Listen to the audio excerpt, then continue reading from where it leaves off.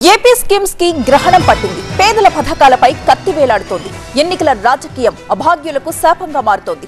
TDP కుట్రలతోనే ఈ పరిస్థితి వచ్చిందని సీఎం సహా వైసీపీ నేతలంతా భగ్గుమంటున్నారు. సంక్షోభంలో సంక్షేమం, పేదల పాలిట పెను ముప్పు, పథకాలపై పొలిటికల్ పడగ, అభాగ్యులకు తప్పని ఆక్రందన. ఊరంతా ఒకదారైతే ఉలిపి కట్టేది మరో దారి అన్నట్టుగా తయారైంది ఏపీ పరిస్థితి.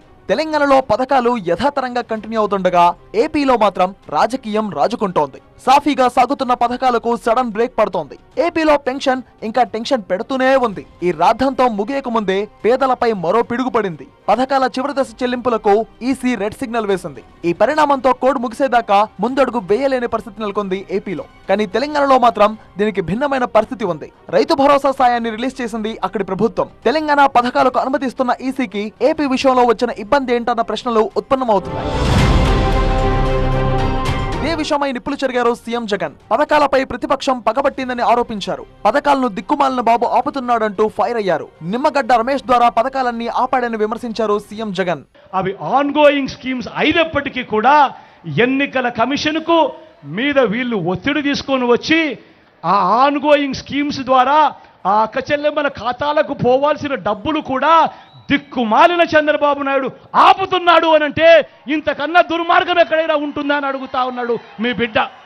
రావాల్సిన మంచి ఏది కూడా ప్రజలకు జరగకుండా చేస్తా ఉన్నారు. ఇన్ని కుట్రలు పన్నుతా ఉన్నారు. కేవలం ఎందుకో బీదలకు పేదలకు మంచి చేసే మీ జగన్ ఒక్కడు ఉండకుండా చేసేందుకు ఇన్ని కుట్రలు చేస్తా ఉన్నారు. పేదల్ని వేధించడం చంద్రబాబుకు సరదా అని విమర్శించారు సజ్జల. రాష్ట్రానికి చీడలా తయారయ్యారంటూ ఫైర్ అయ్యారు ఆయన.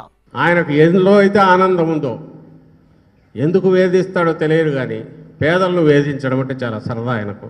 చేయూత, ఇన్పుట్ సబ్సిడీ రైతులకు సంబంధించింది, విద్యార్థులకు సంబంధించింది రెగ్యులర్గా ఇస్తున్నది విద్యా దీవెన, 0 వడ్డీకి సంబంధించి 5-6కి సంబంధించిన పథకాలు పెడితే అవి వాటిలో విద్యా దీవెన, ఇన్పుట్ సబ్సిడీ ఎలక్షన్ల తర్వాత ఇచ్చుకోండి అని ఈరోజు లెటర్ వస్తుంది. ఏపీలో ఈసీ బ్రేకులేసిన పథకాలు ఎప్పటి నుంచో అమలవుతున్నాయి. ఆన్ గోయింగ్ పథకాలపై ఆంక్షలు రాజకీయ రచ్చరాజేస్తున్నాయి.